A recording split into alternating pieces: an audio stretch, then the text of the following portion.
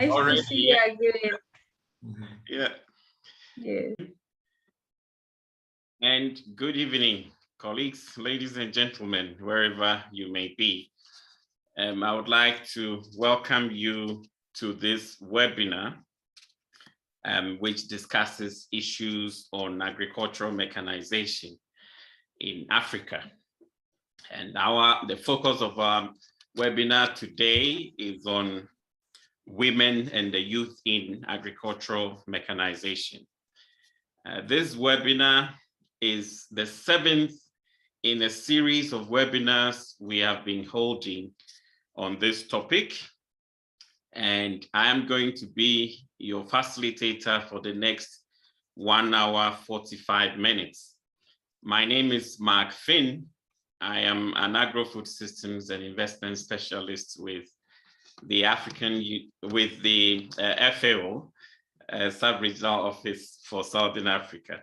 I almost said African Union. I used to be with the African Union before joining FAO. So today we have a very rich program for the 1 hour, 45 minutes, and it promises to be an interesting discussion, information sharing, so that we will keep on pushing the boundaries of getting women and youth in mechanization to transform agriculture on the continent. This webinar is organized in collaboration. In fact, it's a collaboration among the Food and Agriculture Organization of the United Nations, the African Union, and the African Conservation Tillage Network. So these three organizations have been collaborating to organize these series of webinars. Now, for our program, I will take you through I'll just give you a summary of the program. So after having the opening remarks, we will hear about the objectives, an overview of the webinar, and then we will have a keynote presentation. I will later introduce to you the names of the experts who will be giving the presentations. Then we will have experiences from Nepal. Then we will also hear from experiences from Uganda, as well as experiences from Cote d'Ivoire. And so these experiences will shed light on how women and the youth are brought into the issue of agricultural mechanization to promote it and to transform agriculture on the continent. After we have heard from our experts through the presentations and the panel discussions, we will open the session for you and take your questions and receive answers. So we will ask you to put your questions using the Q&A feature in the Zoom. So you can type your questions there. We will read the questions to the panelists who will then provide responses to the questions that you have. And after that, we will have closing remarks and close. We expect to finish this whole session in 1 hour, 45 minutes. At this point, I see that a lot of people are still joining in, but we would like to start and get going. We were informed that we had close to 200 people who had actually registered for this webinar. So it's going to be quite a large group of people listening to you and sharing experiences. Let me at this point invite Madame Elizabeth Madala, who is the immediate past president of the Pan-African Farmers Organization and is also the board member, a board member of the Pan-African Farmers Organization, who is in charge of women's affairs and has just a few days ago been re-elected as the president of the East African Farmers Federation. Elizabeth Madala, you have 5 minutes to give us your opening remarks, please. Yeah, thank you very much, our moderator and a good friend of farmers, Mr. Mark. Let me start by observing the protocols. I recognize Dr. Simpris Nwara, the Director of Agriculture and Food Security Division, Commission of Agriculture, Rural Development, Brew Economy and Sustainable Development at the Africa Union Commission. Mr. Brave Ndisari, the FAO Country Representative in South Africa. Engineer Saidi Mukoma, Executive Director of African Conservation Tillage Network. Our keynote speakers, Miriam from GIZ and Caroline from Auda NEPAD. Our distinguished panelists, Engineer Madrin Naziwa from Uganda and Engineer Samuel Kwame from Ivory Coast, plus Dr. Yamuna from Nepal. Our distinguished participants, ladies and gentlemen, all protocols observed. And my sincere apologies in case I've really not pronounced your names well. Good morning, good afternoon, and good evening. Kindly accept my virtual hug from Uganda to wherever you're connected from. It is my greatest pleasure to welcome you all to the 7th webinar in the series of webinars on operationalization of the framework of sustainable agriculture mechanization, or FSAMA. I wish to first of all thank the organizing committee for inviting me to give the opening remarks for this very important webinar, which is organized jointly by FAO, Africa Union Commission, and ACT. This really clearly shows the great importance that FAO, AUC, and ACT attaches to farmers in Africa globally. I'm glad to see that many stakeholders, including mechanization experts, women, the youth, and the male participants from all sectors. This is very important as it helps to create a participatory environment for the development and promotion of mechanization in Africa. And for this particular session and the focus on mechanization of agriculture for women and youth, falls directly within my new mandate at PAFO as a board member in charge of women affairs. For those of you who might not be already aware, just 2 weeks ago, I was re-elected the president of Eastern Africa Farmers Federation, as was mentioned by the moderator. And last week we had the PAFO General Assembly, and to be particular on Saturday, we had a change in PAFO leadership with presidency moving to our Central Africa Regional Farm Organization. And currently, Mr. Buka Nathaniel Mpungu, who is the president of PROPAC, is our PAFO president for the next 2 years. And like Aria said, I'm now in charge of women affairs, which is our strong focus area under the new PAFO strategy 2021-2025. So this strategy also prioritizes economic service delivery, which encompasses mechanization of agriculture and value chain development, a strong PAFO and member regional farmers organizations, evidence-based lobby and advocacy, youth, digitization of agriculture, and resilience. Distinguished colleagues, today we are privileged to have experienced presenters and panelists who have agreed to share their experiences on what needs to be done to target women and youth to enhance their roles in agriculture mechanization in Africa. We thank all of you for agreeing to share your experience with us. While women account approximately 43% of the agricultural labor force in developing countries, and 50% specifically in Eastern and Southern Africa, the proportion of women in the plant and machine operator and assembler profession remains very low at about 16%. The participation of women in these FSAMA webinars, I'm told, is about 18%. So from where I sit, and within my new mandate representing women in Africa, I see huge opportunities to be harnessed with the involvement of women in the mechanization value chain, not just as beneficiaries, but also as controllers and owners of machinery. These huge gender disparities in the operation and ownership of mechanization should help us as a team to think through and determine possible hurdles and drivers to mechanization. They include, of course, among others, negative stereotypes about the agriculture mechanization profession, lack of awareness on the industry and training providers on the needs of women, and the cultural beliefs of what women can or cannot do in society and in our economies. The outcomes of this webinar would help to enhance the role that mechanization is playing in transforming agriculture food systems in our region.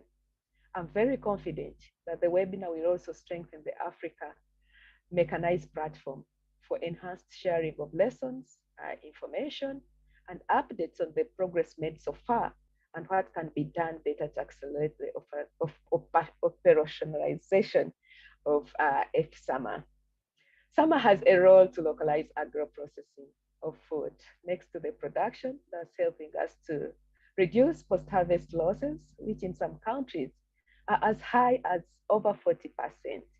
And the cost of transporting agricultural produce, of course, thereby strengthening farming systems in the fight against hunger and poverty while creating more jobs across the agriculture value chain.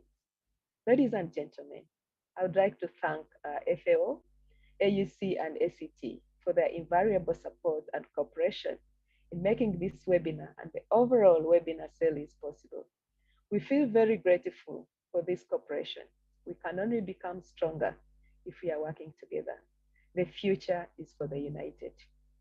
I wish to encourage all of you to do everything possible to exploit the enormous potential that sustainable agricultural mechanization avails for accelerated sustainable land management, the creation of rural and agricultural development. Sustainable mechanization is a catalyst and game changer to smallholder and subsistence farming systems, of course, for food security and nutrition, and hence our participation in the whole agri-food value chain as farmers. As I conclude, I wish to reiterate the support of African farmers through the Pan-Africa Farmers Organization to this process, and once again, thank all of you for participating. I really look forward to the fruitful deliberations and recommendations that will come out of this webinar. And with these remarks, it's now my pleasure and a great honor for me to declare this webinar officially opened. I thank you very much. Over to you, Mark. Thank you very much, Elizabeth, for opening our webinar for us on such a powerful note. Sustainable agricultural mechanization is a game changer for smallholders, for women, and for the youth. Thank you very much. At this point, let me quickly share with you the objectives and brief overview of this webinar. Essentially, the main objectives of the webinar today is we have actually three main objectives. One is that, as was said before, this is the 7th in the series of webinars. This focuses on the 7th element on the framework for sustainable agricultural mechanization in Africa.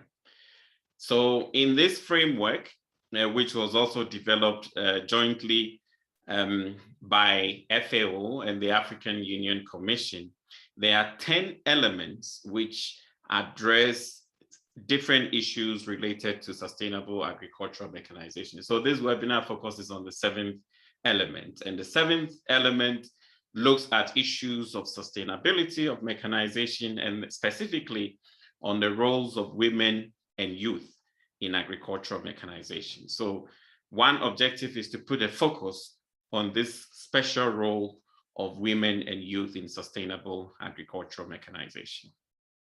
And as we have heard, we have experts who have been brought together with your good selves.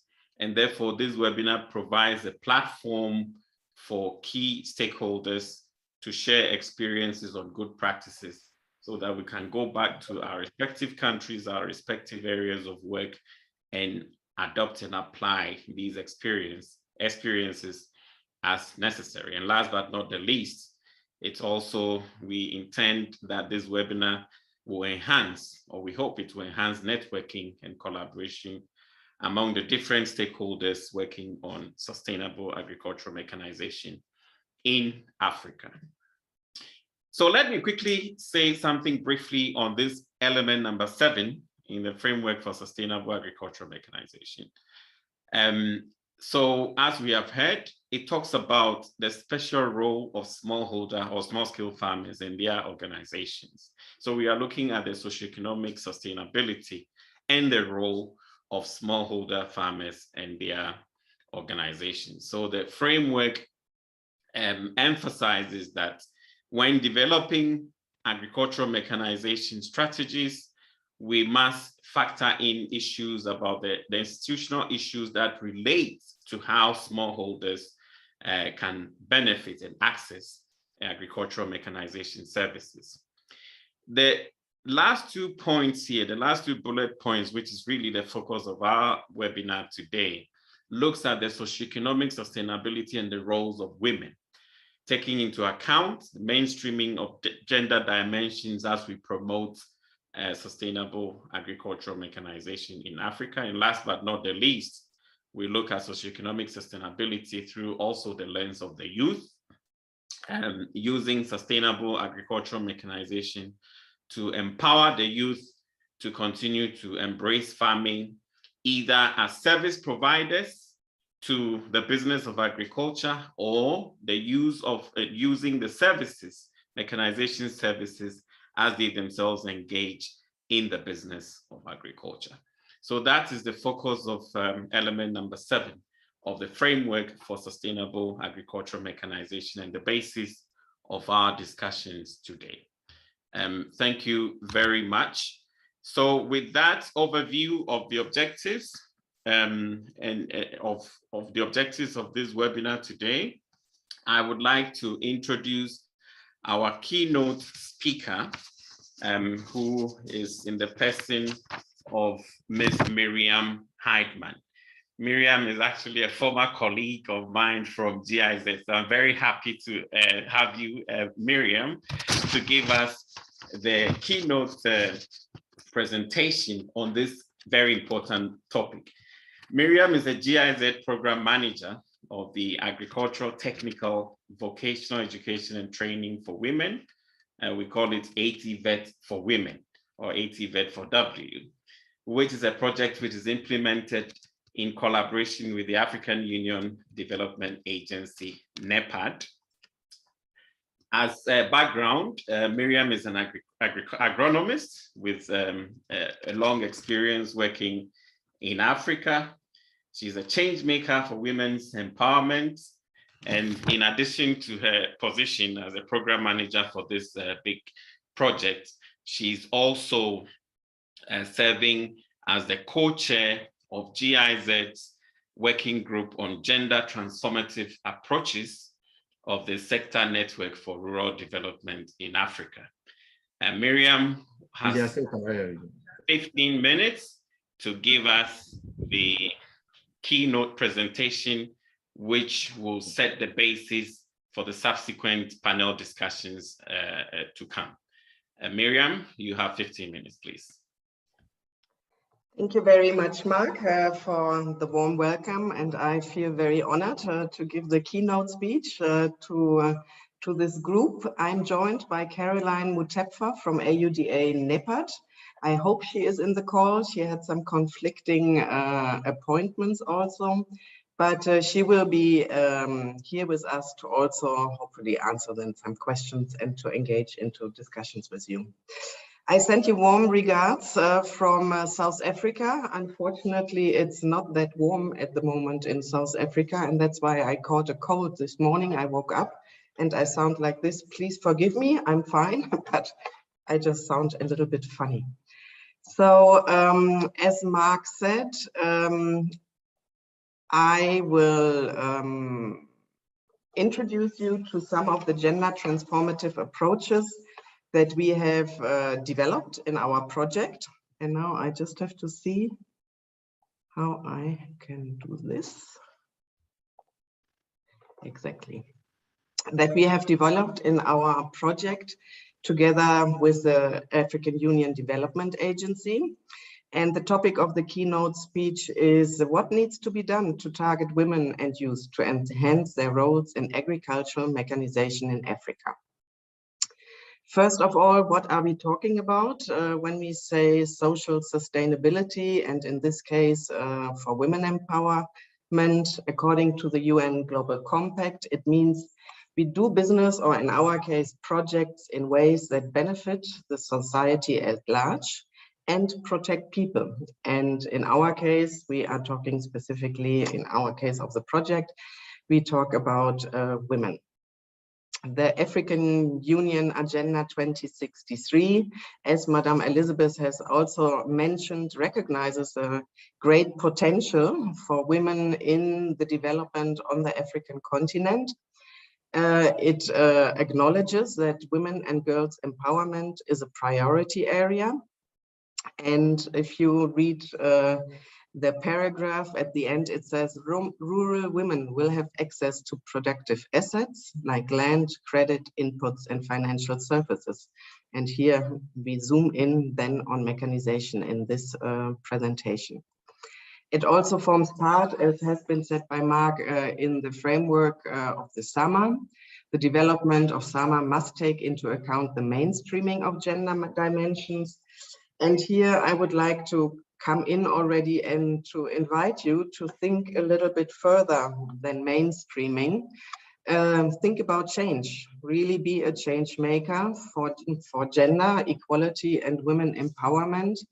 We have seen in the past great strides in mainstreaming, but we have to take it to the next level and really think about, and I'm talking always about the projects that we are implementing together, how we can achieve lasting change for the social and economic empowerment of women. And there we have to go a little bit beyond mainstreaming. And I will also provide case studies from 3 different countries in Africa that we have implemented so-called lighthouse projects from Ghana, Benin, and Kenya. But before I dive in, I would like to present you the underlying principles that we have applied to all our interventions in the project. The first one is the Reach, Benefit, Empower principle. It has been developed in 2017 by UN Women, IFAD, FAO, World Food Programme, and IFPRI. And it helps you to actually analyze the interventions that you are doing to see, are you only reaching, or are the women benefiting from your interventions, or are they even empowered? So what do we mean with this differentiation? Reaching is what we often do in our projects. We include women in trainings, in meetings, we reach them, and then we do our tick and say, yes, we have included women. But not so often we actually ensure that they really benefit. In our case, trainings, do they really have an increased income after the training, or do they have access to better nutrition through the knowledge that they gained? And that's what we understand with benefiting. But even if they benefit through increased income, are they really empowered? And empowerment means control over that income and choices of foods. To be in control and to have choices is a great empowerment indicator. And we have to look at all the 3 levels. You can't just aim for the empowerment level. You also have to look at the reach and benefit level. But at the end, we want to achieve empowerment to make a lasting change. The next principle that we have applied to see if and how we can achieve change is not only to look at the individual, to get women to our trainings and through the training to maybe increase their self-belief and their agency. We have also to look at the relations they are in their communities, in their households. How are the power dynamics? How is the decision making done? We have to keep that in mind also besides the individual interventions. We have to look at systems and structures. Policies are important, institutional change and rights. And here in our case, we work, for example, with ministries of agriculture, ministries of education, TVET institutions. Here we have to ensure that everybody is on board and that the conducive systems are actually in place to empower women. Then the last one is culture. Madam Elizabeth also mentioned it already. There are underlying gender stereotypes, why we don't find women in mechanization, for example. And this part is probably often the hardest to actually challenge norms and stereotypes. But I will now show you some examples on how that can be done in a do no harm approach. And yeah, that's actually where we are going now. So the first example is from Ghana, and it's called Women in the Driving Seat. These are the beautiful women of our first cohort of training for the first time ever in Ghana, women in tractor operations and maintenance. And I just want to share with you how we actually came to this training, how we had the idea to go into that field, to help women to become more present in mechanization. So first we realized, yeah, mechanized agriculture in Ghana is male dominated, and there are underlying social norms and gender stereotypes why that is so. So the first step is, where do we want to go? And we actually wanted to see more certified and employed women tractor operators in Ghana. In order to get there, we had to first analyze why are women not there. We had to discuss a lot with relevant stakeholders, with the Ministry of Agriculture, with the TVET institutions, with women themselves. What is holding them back to enter this area? And that is the first step, of course, to know what are the underlying social norms so that you can react to it. Our colleague Michael in Ghana then came up, let me actually do the first ever Women in the Driving Seat training together with the Ministry of Agriculture in Ghana. In order to do so, he looked at what do I need to do to encourage women to apply? What are the circumstances that will make it possible for them to attend this training? And he had to talk with a technical vocational training schools. How do they need to change their approach? How do the male trainers actually have to change their training to become gender sensitive, to take into account that they have a different clientele now than the males? And of course, at the end, we wanted to see more women employed. So we had to take into account the private sector. What do they actually want? What do the women need to have in terms of competencies to be employed? So that's how we came up with the training.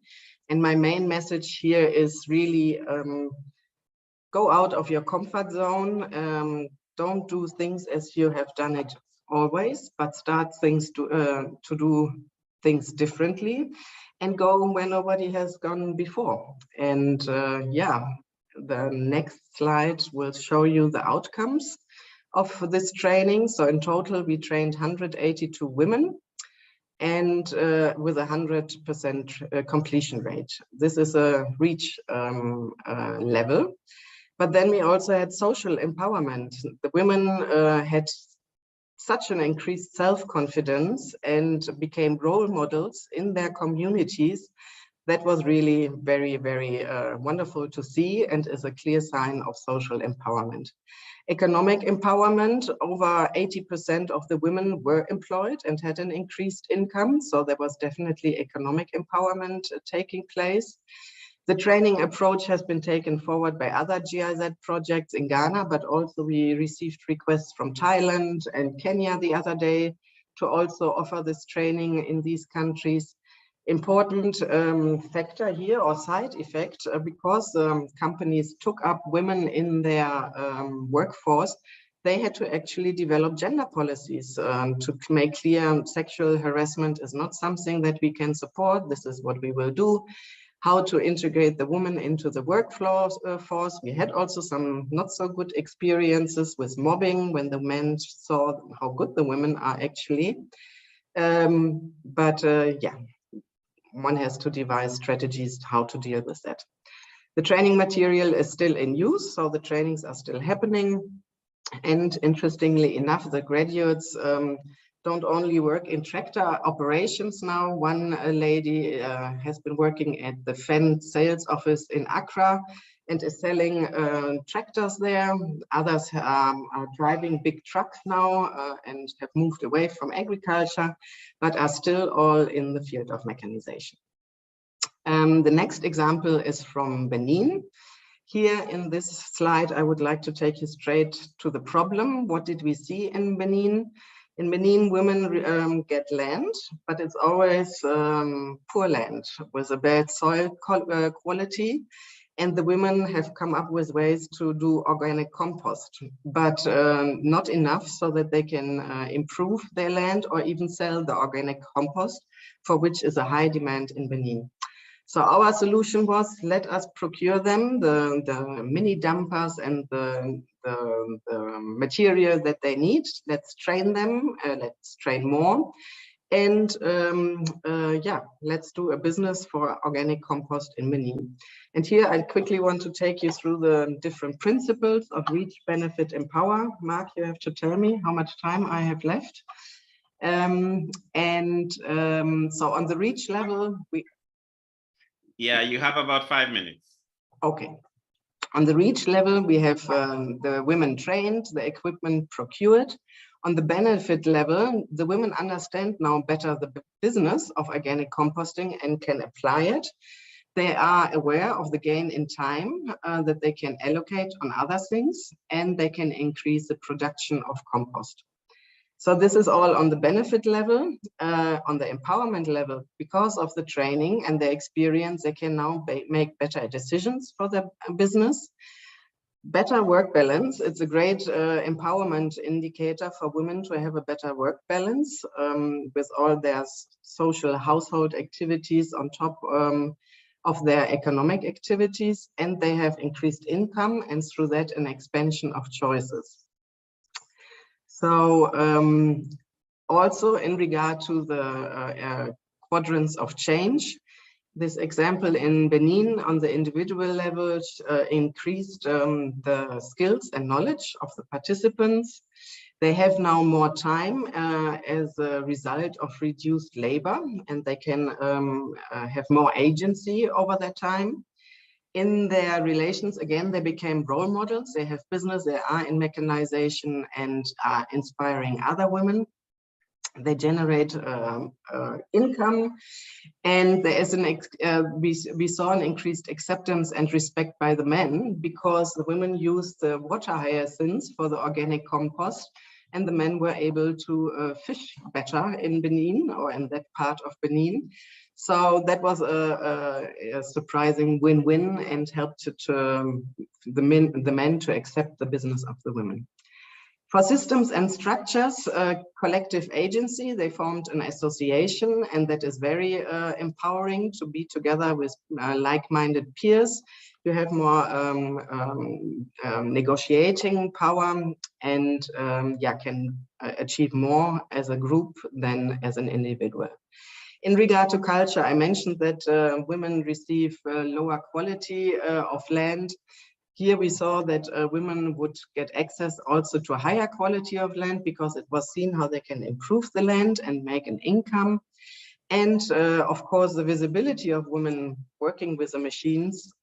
Over time, we saw that also in Ghana with the tractor driving women. It changed underlying stereotypes, and more families actually enrolled their daughters because this is something that is now acceptable. I do a quick run through the example in Kenya, women on wheels. The problem for women farmers is often that they have to transport their goods in with male-dominated transport means and logistics services. And there are many different challenges involved in that, exploitation, be it sexually, be it also financially.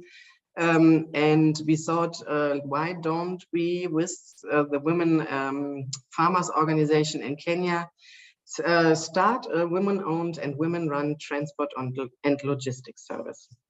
Here again, the reach and benefit and empower principles. Reaching is the procurement and the training. But then the benefit is that the barriers for women and the dangers for women in transport and logistics are addressed. There's a reduced threat and better access to markets through this transport system. They have, when they are having that business or working in that business and running that business, an expansion of choices. The women's ownership is, of course, a huge empowerment indicator, and they again have formed a group membership and become empowered through that and have a greater negotiation power. And I thank you very much for your attention. I have linked in the presentation further information on gender transformative approaches, as well as information on agricultural TVET. Thank you. Thank you very much, Miriam, for that thought-provoking framing presentation. I think it's very clear from the presentation that if we are talking about bringing women into this important issue of agricultural mechanization, there are very deliberate steps or measures that we have to take. I particularly like the names that you gave for the work which have been done in Ghana. Women in the driving seat, looking at tractor operations and maintenance. Women on wheels, looking at transport and logistics services. And I also liked a lot what you said about the win-win situation from the example in Benin, where the women involvement is also actually helping the men to also do their work better, which means that everybody gains. So it's not a case of we are bringing in women and the men feel that they are pushing us aside, or, you know. So I think this is a very, very thought-provoking presentation, and it sets the ground very well for our panelists to also share the experiences on the specific and deliberate steps they have taken in their various work areas and countries to bring in the women into agricultural mechanization. Later on, as we indicated, please put your question and answers for Miriam, as well as for Caroline, who is from the African Union Development Agency and has also been working together with Miriam on these issues. Put your questions in the Q&A feature, and when the time comes, we will read them to Miriam, Caroline, and our three panelists who will provide responses and share experiences on the questions that you pose and the comments that you make. At this point, I would like to invite Dr. Yamuna Gale, who is from Nepal. She's the council member of the Nepal Agricultural Research Council, to share experiences from Nepal, an Asian country. So we are discussing agricultural mechanization in Africa, but it's also good to hear what others are doing elsewhere and see how we can share experiences and learn lessons. So Dr. Yamuna's presentation will touch on two key things. One is to hear about the deliberate steps that they are taking in Nepal and Asia broadly to engage more women in agricultural mechanization. That is one aspect. And the second aspect is what, in her view, from her where she sits, could be lessons that will benefit the promotion of agricultural mechanization in Africa. So Yamuna, you have about 10 minutes to share your experiences with us, please.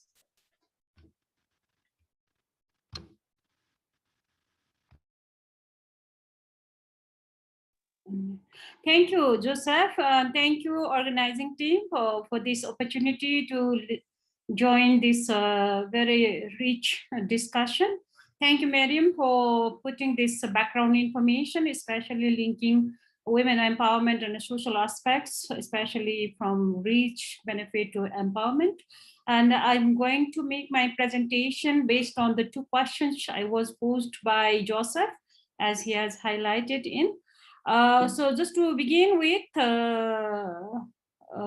my presentation, especially on this two aspects, basically, is one is the policy provisions, and the other one is the institutional mandates to make the policy provisions translated into the reality. So I'm just giving a few examples of the Constitution of Nepal that's basically talks about food security, right to food, and food sovereignty, that implicitly talks about the people's access, people's control over the production resources and the local food system. This is very important for us. That really shapes the agricultural policies that we have, for example, that really emphasizes on participation of women in agriculture. And likewise, we have a specified policy like agriculture mechanization promotion policy, where women and environment-friendly agriculture machines and equipments are also very much highlighted. Likewise, the emphasis on the agriculture commercialization that really demands for business making, and while business making, and then you also demands for many use of many machines and equipments and tools in the whole production chain as well as the post-harvest. Likewise, we have agriculture development strategy, which really aims for promotion of women-friendly tools and equipment. And we do have this gender equality and social inclusion strategy that really anticipates, especially looking into the gender responsive budgeting that really emphasizes on participation, capacity building, investment, and the quality of the services as well as the benefits that can incur out of that investments. So these are the very milestone policy frameworks we have. I'm just giving the examples of institutional mandates, just giving a few examples. In Nepal Agriculture Research Council, which really focuses on the research aspects of agricultural tools and equipments development that includes conservation tillage. And there is a Directorate of Agriculture which looks mostly on the advisory services part that really focuses on modernization of agriculture that demands the use of agricultural machines and tools. Likewise, on the capacity building side, we have agriculture business promotion support and training centers. There we really focus on capacity development part, especially from the public sector. And likewise, we have the small agricultural technical arms, agriculture knowledge center that is mandated for technology transfer, capacity development, and agri inputs management. These are the very few examples how the policies are shaping the agriculture and how this agriculture is emphasizing on women and mechanization, and which are the institutional mechanisms that really takes the policy into the practices. This is one glimpse. And I'm just giving an example. We have now a federal governing system. I'm just giving an example here that we take agriculture, a municipality, local municipality as an entry point for agriculture because it's a constitutional mandate. The agriculture is mostly responsibility of the local government, and there is a concurrent rights of the provincial and federal government. That's why we have this legal policy, institutional mechanisms, resource mobilization, and planning process, effective service delivery, fiscal governance, and monitoring and reporting. It's a part of the local government. So if we take municipality as an entry point for agriculture, there is a way we can really bring this holistic structural transformations in making agriculture mechanized, and women are part of it. So this is an example I'm just giving. So coming to the role of private sector and the cooperatives, I'm just picking few examples here again. For example, we have Agriculture Development Bank. We have commercial banks, and many commercial banks. I'm just picking one, civil bank. And there is also National Cooperative Federation of Nepal. I'm just picking this as an example where there is a provision of financial services to individual farmers, machinery operators, traders, and processors. Likewise, there is also no limit of credit in terms of choice of the agricultural machineries. And importantly, there are also targeting, because as Miriam said, only mainstreaming will not be very effective. That's why there is also a targeting provision, especially with to the returning migrants and women. And likewise, there is also a focus on credits for repair and maintenance services. This is one of the most important area that has to be invested or explored in case of Nepal, where most of the equipments are imported, and we need lots of mechanization, maintenance and repairment services. And more importantly, the collaboration with local governments and academic institutions are also very crucial to make mechanization successful for that particular demographic area. Likewise, Civil Bank, I have just given an example. They have made a kind of schemes how to credit different kind of schemes that is run by women, that is run by youth, that is run by returning migrants, for example. So this is also a targeted programs that has been mobilized by the commercial banks. And likewise, cooperatives also very important for us. We have more than 34,000 cooperatives after the merger of many different cooperatives. And they are also promoting cooperative farmings, cooperative banking, and cooperative business and commodity specific cooperative business beyond particular commodity specific businesses. So that is why it's very important for us to look into the cooperative as a third pillar of our business. So it's very important for us to see the role of private sectors and cooperatives in agri-mechanization and role of women. I just want to bring some experiences of women who are using machines. And these are the voices I have just collected from my last field visit. In our case, most of the time, the women are operating smaller machines like mini tillers. So I have brought some experiences of women when they are operating these mini tillers. For example, one of the women said that it's very difficult to start the mini tiller because the pulley is very hard and it needs enough strength to start up. So they need someone to start it up. Likewise, there is also a very practical problem for them because in most of the hilly areas, there are small plots and it's very difficult to take a turn into that smaller plots. And likewise, it's also very difficult to transfer the mini tiller from one plot to another. And likewise, they are also having some concerns about additional training, especially from the public services, how these different policy provisions, incentives, trainings, opportunities are given. This is not, this is out of reach for them in most of the cases. So these are the examples they were sharing with us.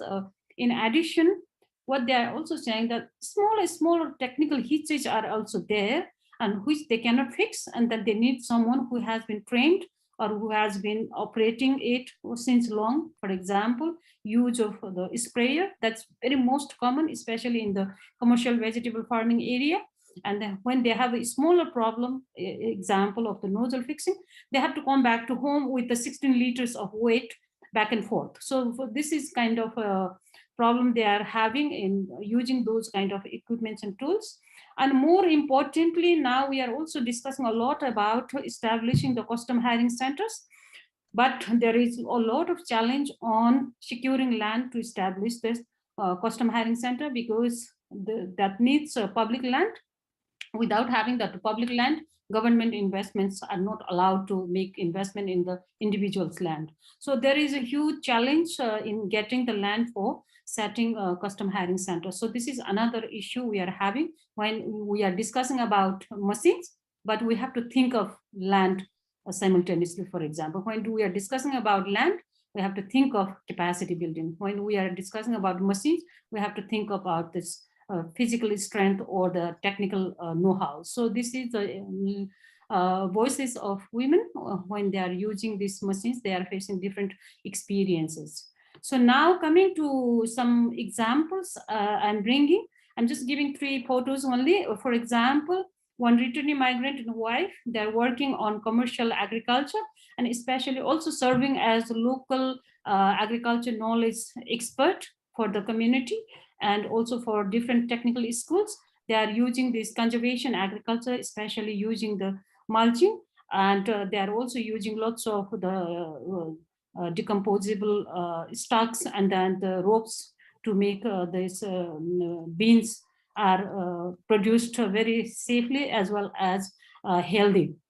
Likewise, there is a use of machine, as I said earlier, there is a need of strength, and especially there they have a little bit of comment on is this is a very different attire, but in most of the cases, women wear sari that is not very friendly for operating this kind of machine. So they are also having some issues around this machine use. And this is the picture where I can show you that this is a lady, and this is a local elect in one of our programs. She was really challenging the local elect about acquiring the land for establishing custom hiring center. So this is also a space for voice and a space for negotiation. So this is another example I would like to bring into the discussion. And I'm just giving one more example is where local government and a member, a returning migrant, who is a member of cooperative, who has been supported by cooperative, local government, and he has been supported to use this machine. And now he can rent it out to other group members also, so that everybody is benefiting out of that services, for example. So I'm just showing that a youth mobilization, cooperative members, and then the local government and the subsidies can really help the cooperative members having those kind of machines in the field level. So now I'm going towards the end of my presentation. Especially we need multi-pronged interventions, as Miriam said in the outset. Multi-pronged interventions, we are not talking about machines only as machines, but we need to see where is the entry point for us. It's the local government as an entry point. And it's also very important for us to build a plurality in partnership, especially mobilizing private sectors, public sectors, and the local resource persons like those returning migrants who is operating the machines. And likewise, continue the promotion of machines and equipments, especially in the priority crops. Why I'm focusing here on the priority crops is most of the time this services given to these machines and the subsidies given to these machines are tied up with the commercial farmings, commodity specific farming. So this is very important for us to keep on continuing on that.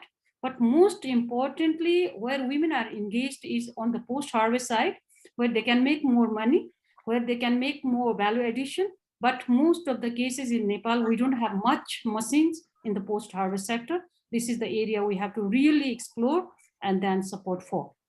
And more importantly, adaptation of curriculum and training curriculums in the education sector, as well as those training centers which can make these adaptations. As I said in the beginning, most of the machines are imported, and this is not according to the demand of the farmers. So it's very difficult for women, especially who are wearing the local attires. They cannot really operate the tractors very easily. So they really wanted some kind of machines they can sit safely and then run it. So those kind of adaptations is very important for us. So this training curriculums has to be adapted, at least for adaptation of machine at local level. And more importantly is the policy adaptations for inclusive participation in decision making, the purchase, operation, and the investment. This is very important area to invest on. What I can say at the end is, what do we mean by responsiveness is from the three areas of engagement. One is women and youth, they can operate machine equipments and tools by themselves. This is one area of responsiveness. The second one is they should be part of the decision making so that they can manage and decide what kind of machine to demand, what kind of machines to purchase, and what kind of machines to use and operate. So this is the second level of engagement. And the third one is they are not at all the time to operate by themselves, but they can be benefited out of the mobilization of other hired operators. Women and youth can also benefit out of those services. So if we can make them able to get services for the machine operations, and this can be called as women and youth responsiveness in agri-mechanization. This is all for my presentation. So this is here I am. You can contact me in this address. Thank you, Joseph. Thank you very much, Yamuna, for that presentation. Clearly, we see the link between what you have shared with us from Nepal with Miriam's presentation on the issues. Miriam talked about the reach, the benefits, the empowerment of women, and you've given clear examples of how we can attain this.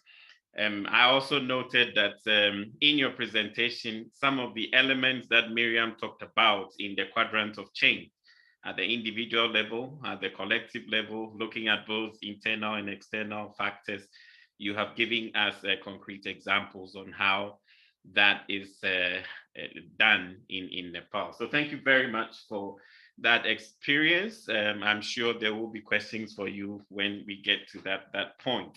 At this point, I would like to bring in Engineer Madrin Naziwa, who is from the Ministry of Agriculture, Animal Industry and Fisheries from Uganda. She's specifically with the Public Mechanization Services.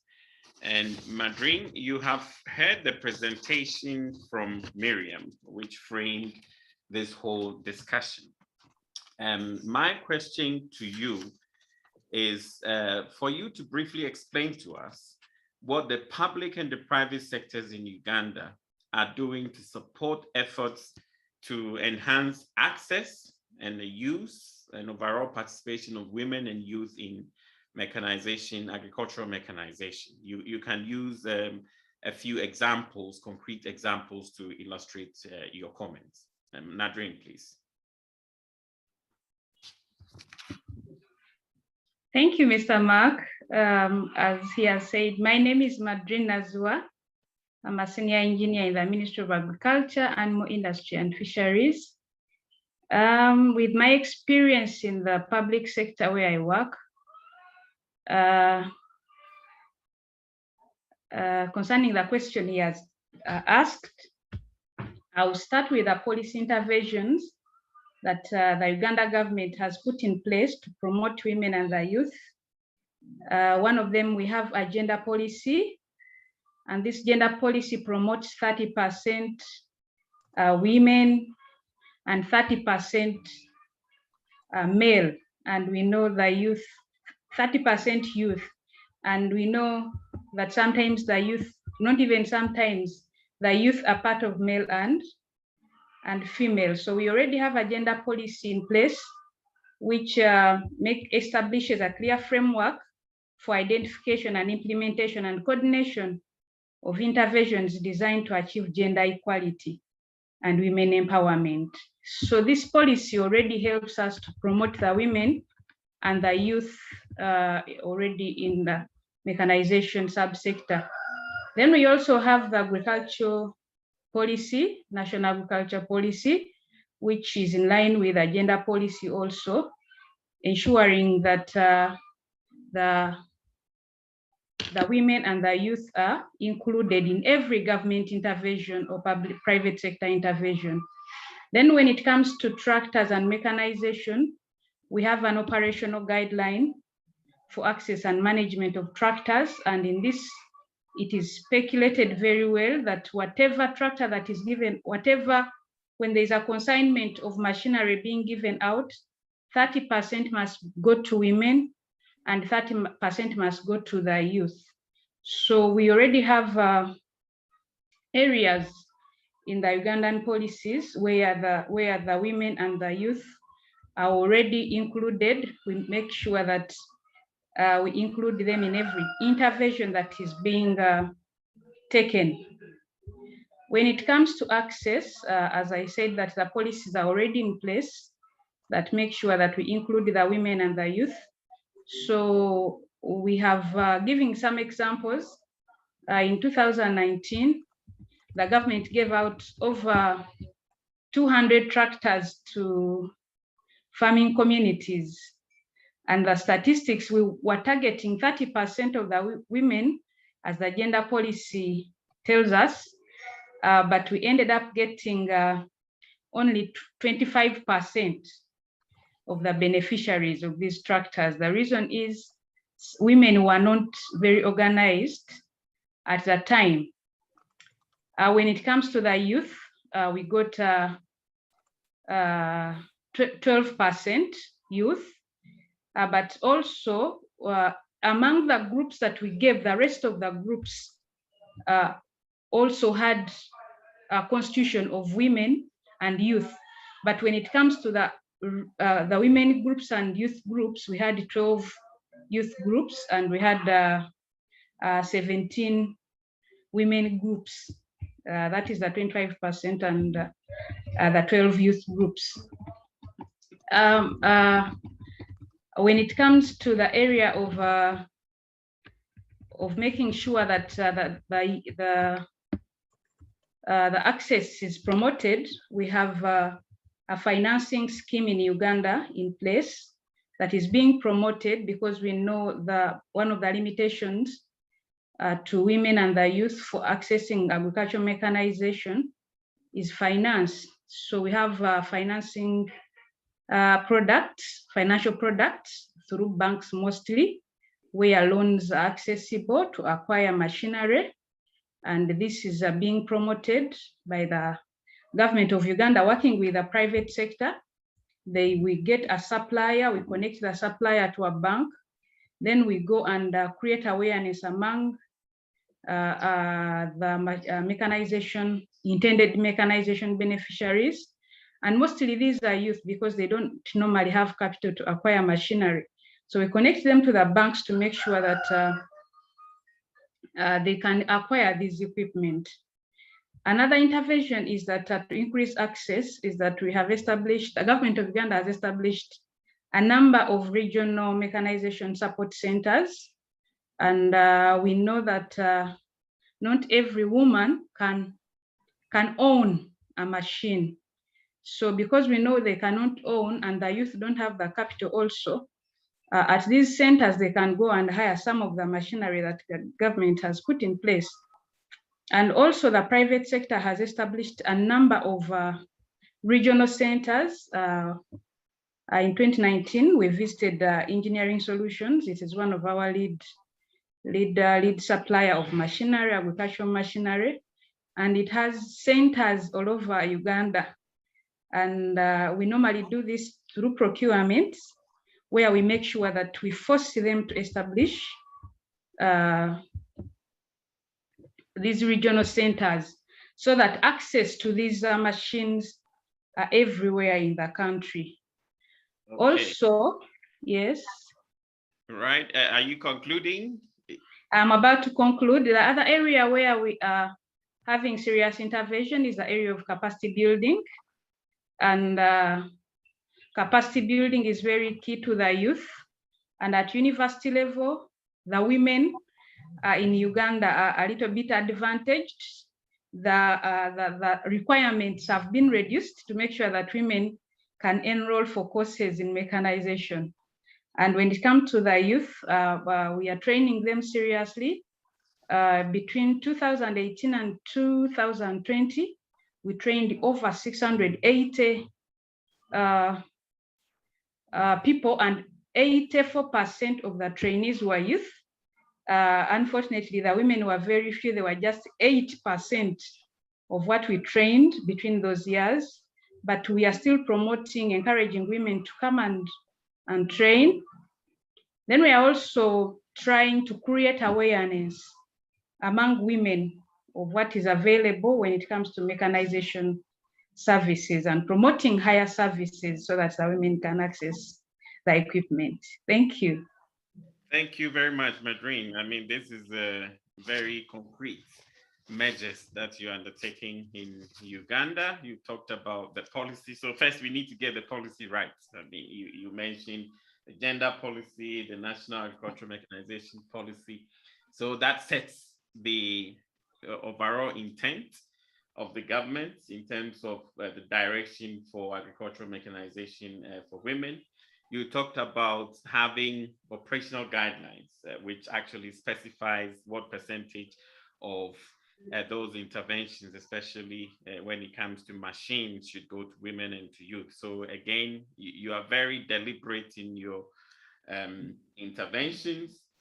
And on the issue of access, the financing mechanisms that you talked about, in addition to the capacity building, which ensures that people can actually either access those services or operate the machinery themselves. These are really concrete issues that also give the on-the-ground experiences to some of the issues which were raised in the framing presentation from Miriam. So thank you very much for that experience. I'll come back to you to, based on this, to share experiences on how other countries can also do same to promote agricultural mechanization, especially for women in Africa in general.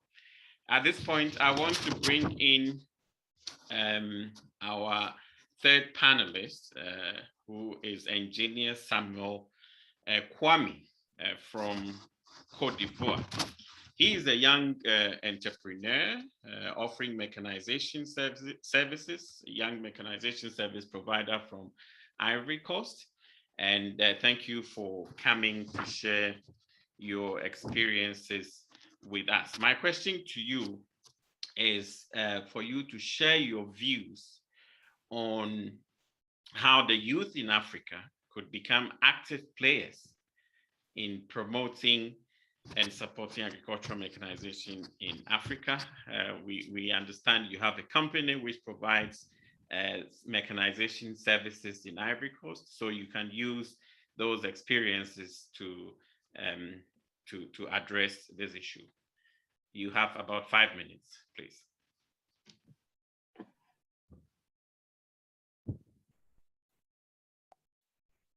Merci beaucoup, Marc. Je remercie déjà pour l'occasion. Comme vous l'avez dit, je suis Kwame Samuel. Je suis le gérant de FEMBio SARL et je suis dans la mécanisation agricole en Côte d'Ivoire. Mon intervention va se structurer autour de 4 points.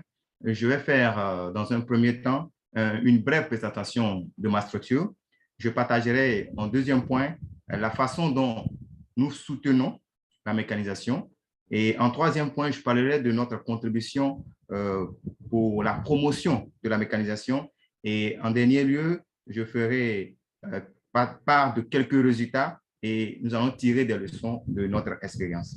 Premièrement, FEMBio SARL, qu'est-ce qui a donné naissance à FEMBio?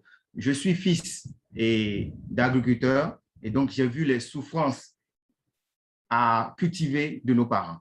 Et c'est ce qui a motivé à créer FEMBio, qui fonctionne avec 3 départements qui sont régis en synergie.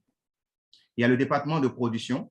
Donc, l'entreprise dispose de ses propres sites de production, environ 150 hectares, sur lesquels chaque année, nous élaborons les plans de culture.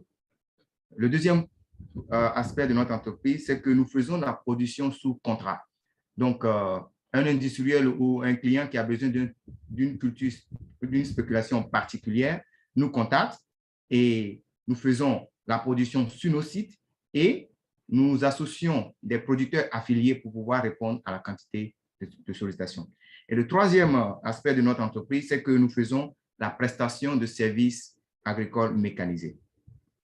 Je vais maintenant aborder le deuxième point de mon intervention. Comment est-ce que nous soutenons ou bien nous faisons la promotion de la mécanisation? Et je veux dire que les jeunes en Afrique peuvent faire la promotion de la mécanisation en étant des exemples. C'est ce que j'appelle le modèle par exemple. En FEMBio, nous avons fait de la production mécanisée sur nos sites de production. Et nous avons fait des cultures telles que le manioc, le maïs, l'igname. Et là, les producteurs se sont rendus compte que c'est possible d'abandonner des outils tels que la daba, la machette, et pour ce qui concerne la préparation des sols. Et là, nous pouvons tirer une leçon. La leçon, c'est que les jeunes Africains doivent adopter les nouvelles solutions innovantes. Et ça va donner de l'exemple et ça va impacter. Le troisième point de mon intervention, je parlerai de comment est-ce que nous soutenons cette fois-ci la mécanisation. Les jeunes en Afrique peuvent soutenir la mécanisation en mettant au niveau local des dispositifs ou des mécanismes pour introduire d'abord et pérenniser la mécanisation auprès de nos parents paysans. Et qu'est-ce que nous faisons à FEMBio? Nous avons mis en place un réseau de producteurs affiliés qui sont regroupés au sein de la plateforme du manioc pour la région du Bélier qui compte 6 départements. Et c'est là que la jeunesse est un atout, parce que nous devons utiliser des outils technologiques pour créer l'interconnexion entre les différents acteurs d'une chaîne de valeur. Et sous ce rapport, qu'est-ce que nous avons fait? Nous avons d'abord recensé le potentiel de production au niveau des producteurs. Une fois cette activité finie, il faut que les producteurs puissent écouler leur production. Donc, nous avons aussi recensé la capacité d'absorption de cette production que nous allons faire de manière mécanique pour les paysans par les transformatrices. Et ici, dans notre région, c'est essentiellement les transformatrices d'Attiéké. Une fois que ces deux acteurs sont dans la chaîne, nous les amenons à une contractualisation. S'ils ont contractualisé, ils arrivent à se bancariser, c'est-à-dire à se munir des documents bancaires. Une fois bancarisés, notre objectif, c'est que ces acteurs puissent stabiliser le coût d'achat de la matière première, ici le manioc, sur l'année. Une fois que ce dispositif est en place, ça permet aux producteurs d'augmenter sa superficie de production. Et par derrière, ils nous sollicitent alors pour faire leur service. Donc, de ce fait, notre service est pérennisé et continue d'avancer. Nous améliorons aussi la qualité d'échange entre les acteurs. Donc, cette plateforme constitue pour nous un lieu de rencontre où les acteurs peuvent échanger de leurs problèmes. Tout cela a abouti à quels résultats? Je vais partager là quelques résultats avec vous et tirer quelques leçons pour me conclure. Les résultats, c'est que dans l'igname et le manioc, par exemple, les producteurs ont adopté le travail du sol consistant à faire des bions, chose qui se fait auparavant avec la main. Ils ont adopté ça. Ce qui a fait qu'aujourd'hui, le bionnage mécanique représente 40% de nos demandes de prestations durant la campagne agricole. Une réelle adoption de techniques, des changements d'itinéraire technique. La leçon que la jeunesse ivoirienne et la jeunesse africaine pourraient tirer, c'est que au lieu d'attendre que l'aide vienne pour commencer, nous devons commencer à un niveau, c'est-à-dire à petite échelle, dans notre communauté. Et le soutien et l'aide que nous voulons suivra. Je vous remercie. Ce sera mon mot pour me conclure pour mon première intervention. Merci. Thank you very much, Kwame, for that refreshing experience from Côte d'Ivoire on how the youth can also be involved in promoting agricultural mechanization, in this case as a service provider. I've also seen my friend Kamal Yakub from Ghana, operating agricultural mechanization. So I'm sure that the two of you will have a lot in common to share in terms of offering agricultural mechanization services and the youth taking a key part in that, or in fact being at the center of that process. At this point, I want us to now go to the questions and answers. I've seen there are a couple of questions which have come up, and two of my colleagues are going to assist me in reading out the questions, both in English and in French. I saw a question which was asking about the translation. Please, at the bottom of your screen, you will see a button which says interpretation. If you click on it, you can select the language that you want, and you have the right interpretation of the questions. Now, before I go to my colleagues, two of my colleagues, that is Well Done Mutai from ACT, as well as Dr. Karim Humi from FAO, who will assist in reading out the questions. But I saw one, which was not in the Q&A part, but in the chat, which was directed to Miriam. And that question essentially was saying that the presentation touched on field operations, which is, on the land. And the questioner wanted to find out about promoting agricultural mechanization for women in the field of transformation and food processing, whether there are any examples to share on that. So that is the first one for Miriam. And now let me go to Weldon Mutai to read another question to any of our presenters and panelists, and we will take their responses and then come back for the next round. I see that Saidi's video is on. Maybe he's going to help with that. Saidi, please. Yes, thanks, Mark, and thanks for the very good presentations from our panelists and the keynote. So 2 questions which are in the question and answer. One is from Aliu Mohammed. What interventions do you suggest for the problem of land ownership observed in women empowerment? And I can see this is to a large extent directed to Miriam, but also to the other presenters. Another question is to Madrine Naziwa from Maif, Uganda. And it says, it's actually in the chat, it says 30% of the policy on youth has failed in many African countries. Could you confirm if these are youth-led groups and women-led groups that have access to these facilities? In many cases, you find that the groups are neither youth nor women-led, but used by cartels to access facilities. Okay. What about sustainability of the groups? The last, yeah, maybe those 2 questions will do for now. Thanks. Yes, those 2 will do for now. We'll come back for more later.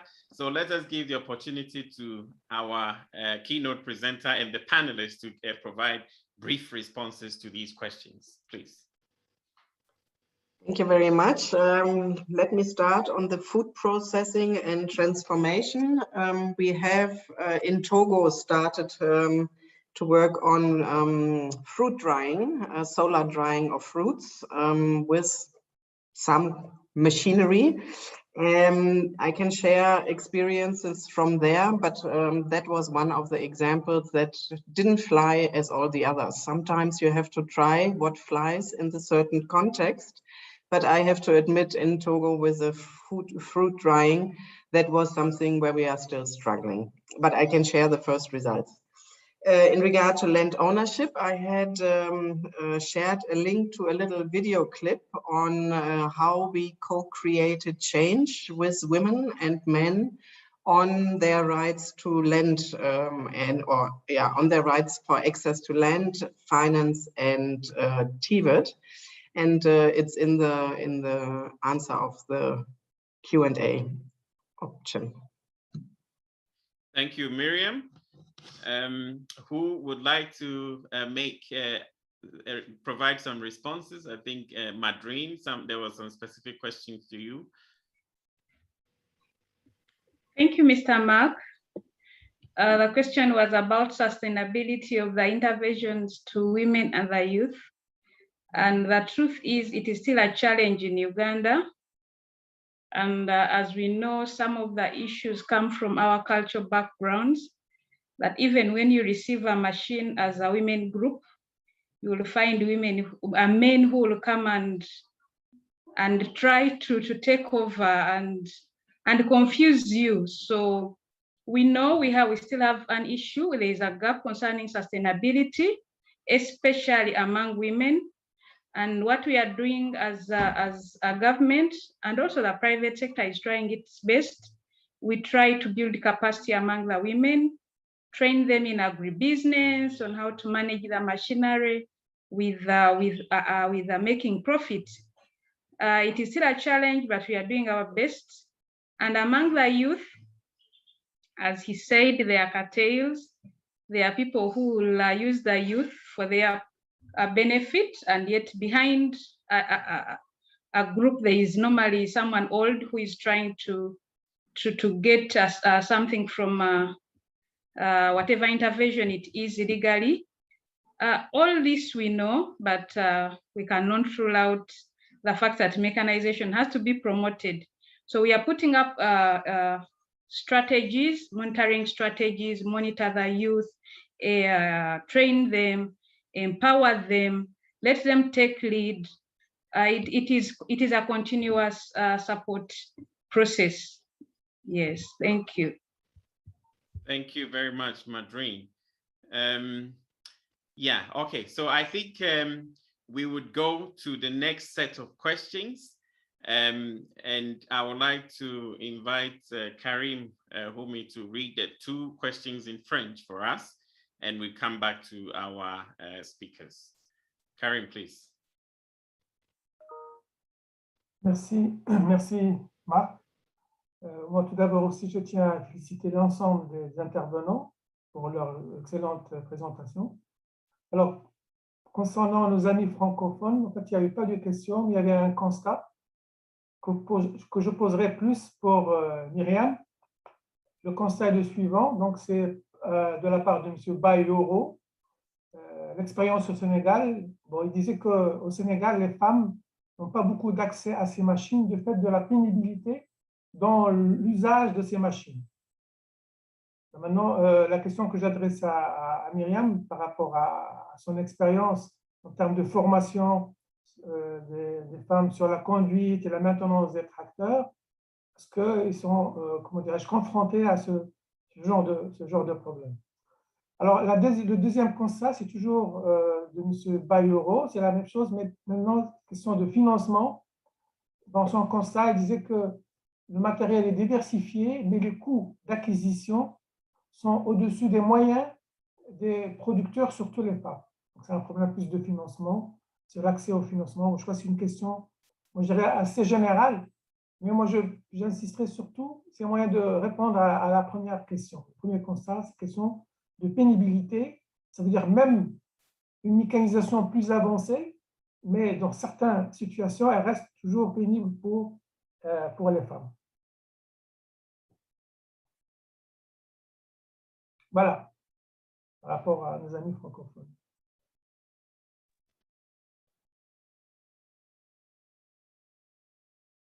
Okay, thank you very much, Karim, for that comment and also the specific question to Miriam in relation to operation of machines in Senegal and also the critical issue of accessing the machines, the financing to enable access to these machines, all the services of agricultural mechanization.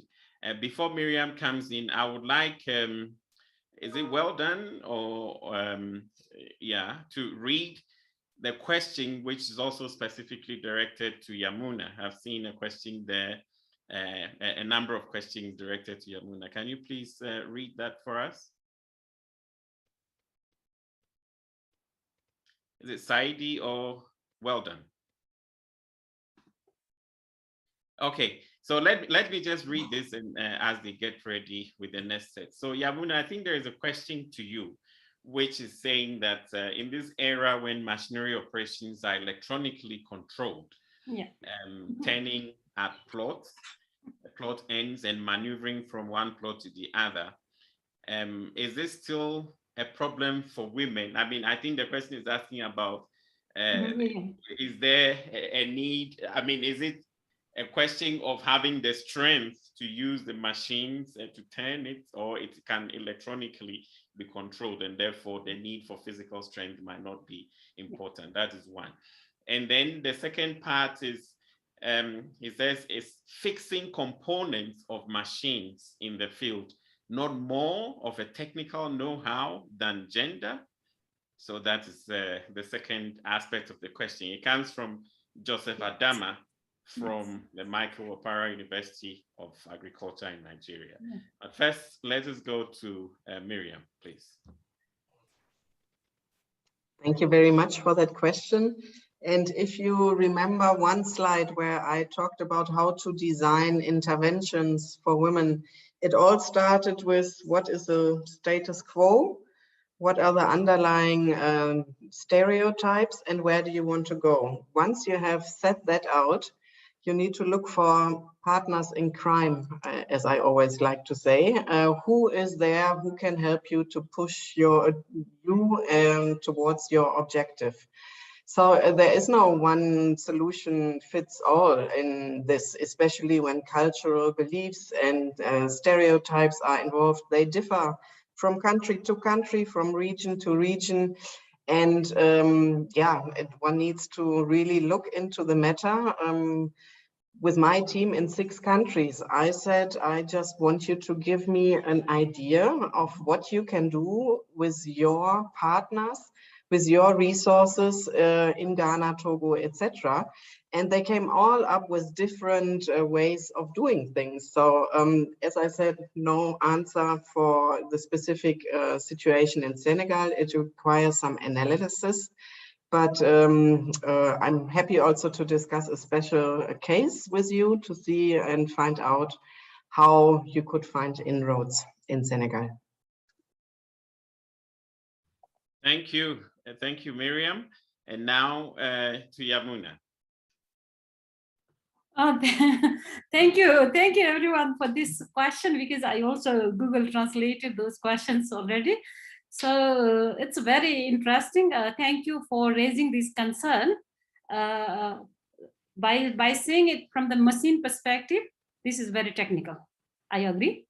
But looking from the social perspective, we are talking about, this is about gender, is because, for example, who is selected as a decision maker to purchase those kind of machines, who is selected to train to operate those kind of machines, and who is usually frequently operating that machine, and who is trained to maintain and then provide the services for that machine, for example. And then, as I said, in Nepal, the local attires women are supposed to wear is also not very friendly to move easily. So these are the issues that really makes them unable, or this constrain them to make use of those machines. It's about the techniques, it's about the exposure, it's about the frequency they use, it's about the confidence they have. That's why it's a social issue. That's why it's a gender issue for me. So this is one answer I would like to bring into. The second one, it's also a little bit talk about the land issues. In our case, most of the farmers are small farmers. That's why we are talking about cooperative farming. That's why we are talking about women-led entrepreneurship. That's why we're talking about customer hiring center establishment, so that women or the small holders can have access to those machines in a reasonable price on the time they need, and also they can manage the bulk production out of that cooperative farming or this group farming, so that they can have a chance to go to the market with a better price. This is another issue. That's why we are focusing more on the land management issues from that perspective. And then one important issue on these machines in the post-harvest, that's my heart, because that is the area where women can manage more profoundly. The women can have more margin to have prices on that products with the value addition, and then women can sell it out of online services also. They don't have to move physically. So women are mostly operating the machines, that is especially in the production.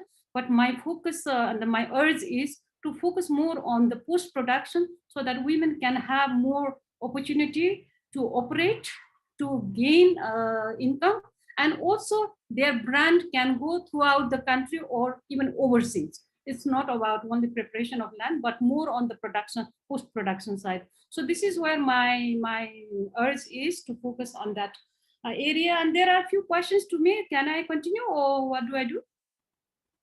Yes, you can continue. So there was one question on this engineering course to be adapted into. So we do have agri-engineering course also in one of the provinces. And during this FAO study, I had also done some interviews, but unfortunately there is no specific course inbuilt into it. So as Flavia already mentioned, there can be an idea to have new project design.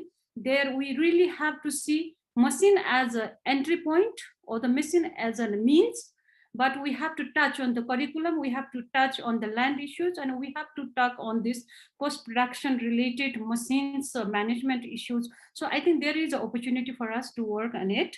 And the second, there is one area I just wanted to say at the end is, there was one question on the payment of credits. Women are managing these machines. That's why we, again, would like to focus on cooperatives and the custom hiring center managements, so that women don't have to manage their own machines by themselves, which is very costly. And lastly, what I can say, one point is, as Miriam said, do no harm approach. Without saying that terminology, what I can say is, in our culture, women are not allowed to plow land that is pulled by bullock. That's a kind of religious myth. But when you are operating machines, no one is restricted to operate machines. So for me, it's a silent revolution to really challenge that cultural barrier. If we can introduce more machines, women will have more opportunity to expose, and then there is no harm for them to plow the land. And for me, it's a silent revolution and without doing harm to the community. So thank you very much. Thank you very much for those responses. Let us go again and take another set of questions. Well done. Are you there to read the next set of questions for us?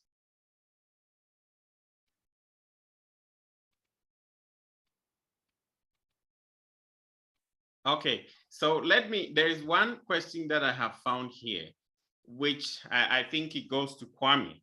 It says that, can you please help us with some problems encountered in getting female youth involved in mechanization and what solutions are provided? So what specific problems do female youth encounter in accessing mechanization and mechanization services, and what solutions are provided?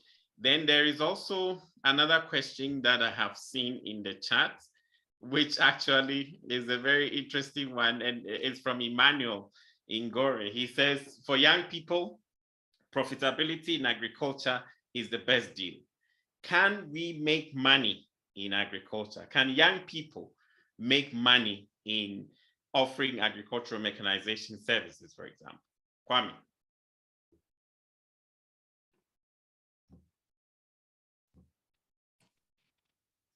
Je vous remercie de ces questions. La première demandait à savoir comment est-ce qu'on peut intéresser les femmes et les jeunes à s'impliquer dans la mécanisation. Je dirais que la question, j'ai essayé d'apporter quelques éléments de réponse. Il faut surtout montrer par l'exemple. La jeunesse veut voir quelque chose, ne veut pas y aller sans avoir une image réelle de ce qu'il peut obtenir. Il faut dire que dans mon cas spécifiquement, de formation agronome, je sais qu'on peut gagner de l'argent, on peut avoir une carrière en étant dans le domaine agricole. Mais pour convaincre d'autres personnes à y aller, essentiellement des femmes, elles ont été par la nature dupées, trompées. Elles veulent voir. Donc, pour montrer ou bien pour amener ces femmes à la mécanisation, que ce soit dans le domaine de la préparation ou qu'elles cultivent ou qu'elles utilisent le matériel agricole, il faut d'abord donner l'exemple. C'est ce que nous essayons de faire. Ce serait la seule réponse qu'il faut apporter à ce système. Tant que vous ne montrez pas à des personnes que c'est possible, ils iront avec réticence. Pour apporter un élément de réponse à la deuxième question, est-ce que les jeunes peuvent gagner de l'argent? Je dirais que oui, sans me tromper. Pourquoi? Parce que l'agriculture, c'est qu'à 100%. Quand on le dit, vraiment, c'est tentant. Mais on n'y va pas parce qu'on veut tout de suite gagner de l'argent. On y va parce que c'est un domaine noble, d'abord. Maintenant, pour gagner de l'argent, au niveau de la prestation de services mécanisés, nous disons que c'est possible. Nous avons des comptes d'exploitation sur l'exploitation du matériel agricole, notamment du tracteur. Pour une campagne, on gagne de l'argent. Et ce qui est dommage quand on veut commencer cette activité, c'est que d'abord, c'est un investissement. Et l'investissement, on ne récupère pas l'investissement en un seul temps. Il faut d'abord rentabiliser l'investissement, ce qui demande à ce que dans la structuration du coût d'investissement au démarrage, ne pas commettre l'erreur que moi j'ai commise au départ, c'est d'avoir d'abord d'avoir la chaîne complète.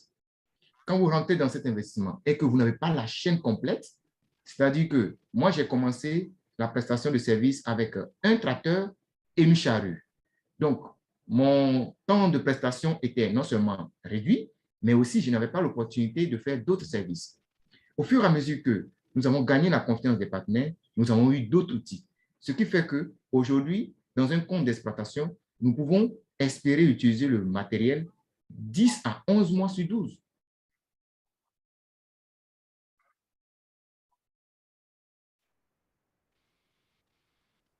Thank you. Thank you very much, Kwame. So your very direct response to that question is yes, the youth can make money in agriculture and in agricultural mechanization as well. Thank you very much.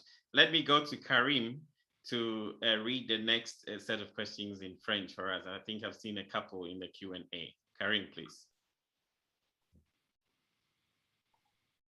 En fait, il y a les questions, il y a eu cette question-là à M. Samuel concernant la rentabilité.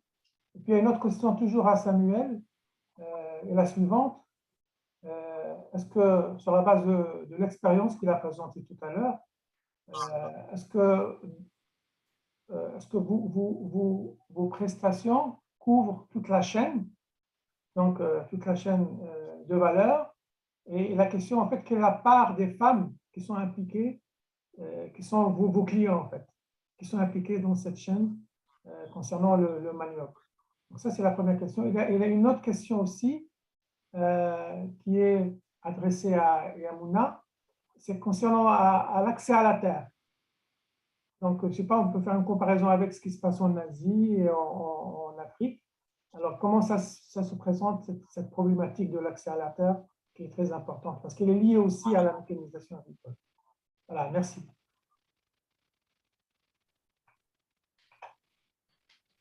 Karim, Okay. merci. Yeah, please go ahead. La question demandait quel est le pourcentage des femmes dans les 40% de prestations dont nous avons dit dans le manioc et dans l'igname, et de savoir est-ce que nous travaillons sur toute la chaîne. D'abord, pour les 40% dont nous parlons, nous disons qu'il y a environ 15% de femmes qui s'intéressent à la sollicitation de la prestation de services mécanisés. Environ 15%. Mais l'essentiel est composé de jeunes qui aujourd'hui ne rêvent pas toujours à cette souffrance, cette pénibilité, qui veut quand même fuir cette pénibilité. Donc, il y a des femmes qui s'intéressent, elles vont s'intéresser au fur et à mesure des échanges que nous avons. Maintenant, est-ce que nous intervenons sur toute la chaîne de valeur agroalimentaire? Je dirais non pour l'instant. Nous sommes pour l'instant dans la préparation du sol, dans les semis, le transport et la récolte. Notre objectif, c'est d'intervenir sur toute la chaîne de valeur agroalimentaire. Et là, nous travaillons également avec les femmes. Elles sont dans la transformation artisanale. Ce qui fait que, effectivement, il y a des femmes qui sont sur la chaîne, mais elles sont dans la transformation artisanale avec lesquelles nous travaillons. Et essentiellement à Yamsoko ou dans la région, la ticket est produite par les femmes avec lesquelles nous travaillons tout le temps. Merci.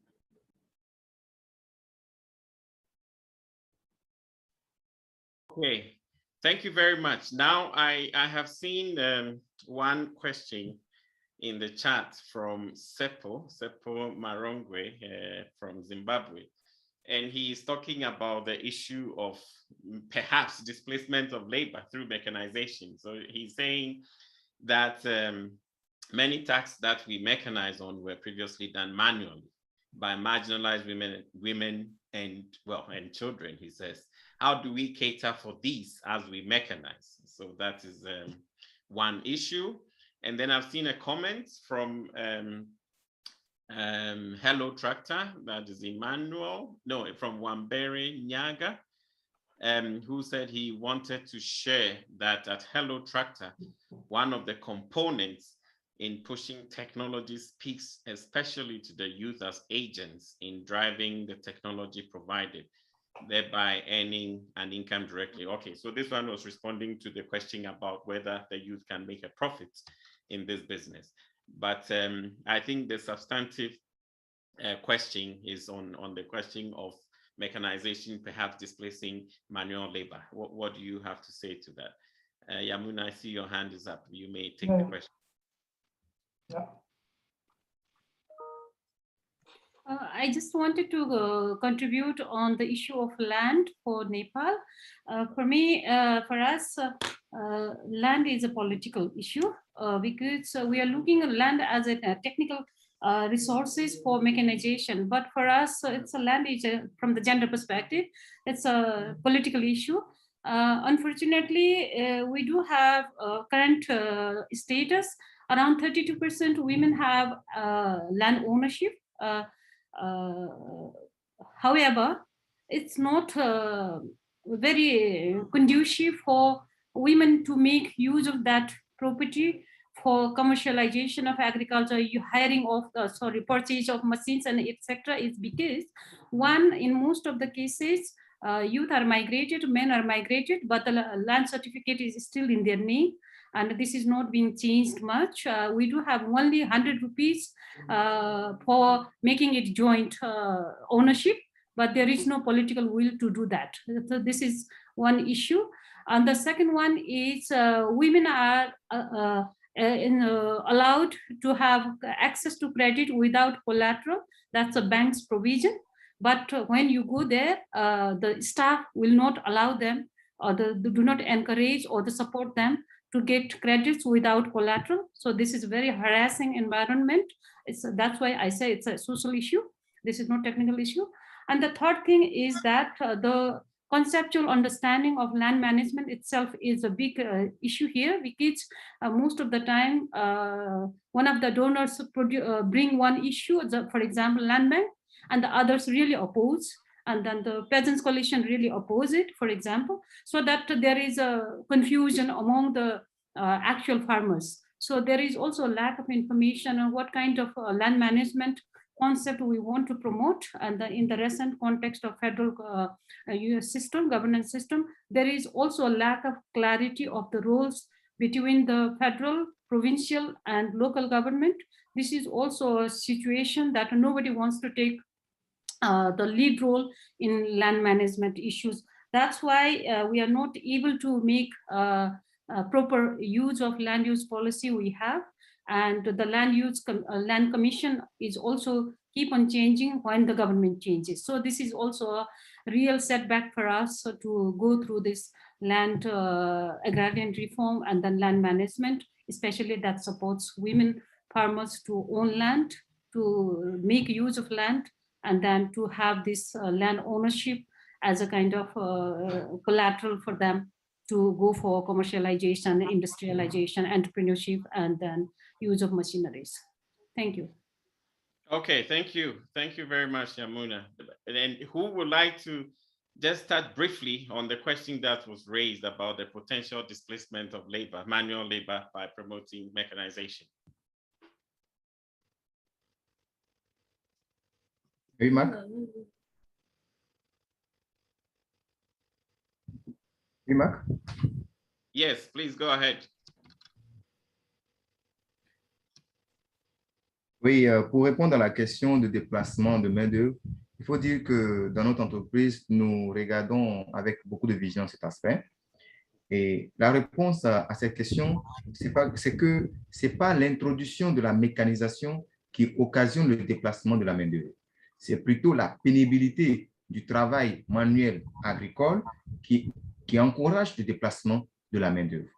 Et sur nos superficies que nous mécanisons, nous avons plusieurs tâches qui nécessitent la main-d'œuvre, occasionnelle et la main-d'œuvre permanente.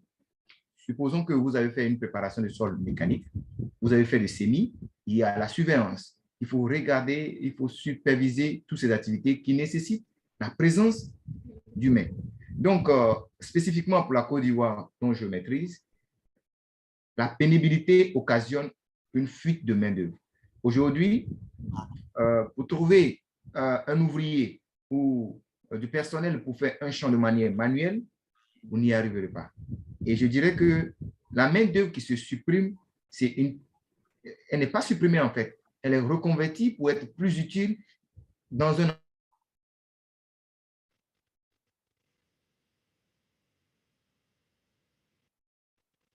Okay. All right. I think he has some challenges with the network, but I think the substantive point he's making, he wanted to make is made, essentially that he does not think that promoting agricultural mechanization is the cause of displacing manual labor, in other words, taking jobs away from people, but the tasks that are performed are the ones that need displacement, and mechanization actually helps to displace those hard tasks that is done manually.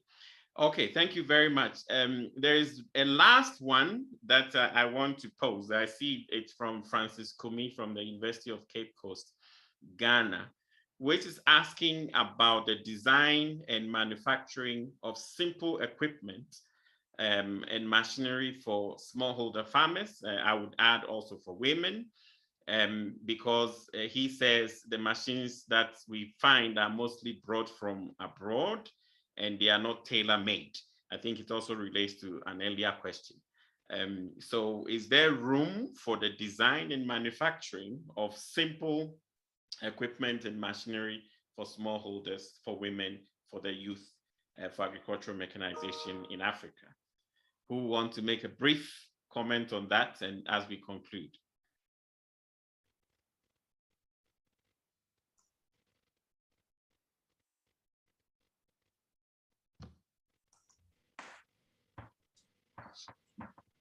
Joseph? Yes, please. Thank you so much, Mark. Just very briefly, indeed, there is a room for the manufacturing of small equipment and tools, for farmers, including women. And indeed, the Framework for Sustainable Agricultural Mechanization noticed that, and then one of the elements is putting emphasis on supporting local manufacturing of such, items and tools within the continent, as opposed to importing everything from outside the continent, even, simple tools that could be manufactured within the country. So indeed, there is a room, and indeed is an area that we need to, enhance. Thank you. Over to you, Mark.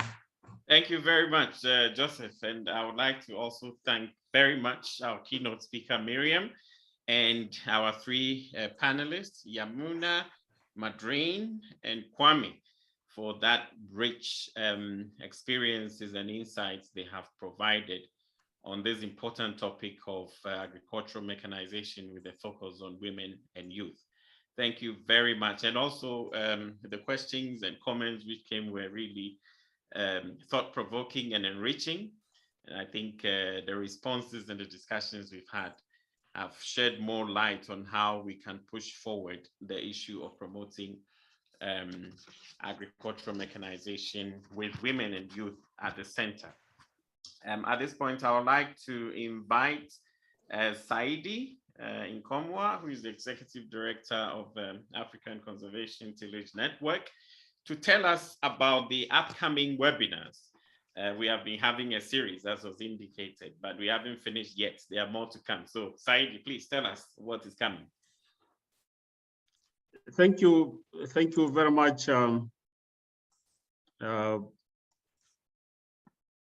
Mark. It has been a worthwhile experience listening to this webinar. A lot of lessons have been learned.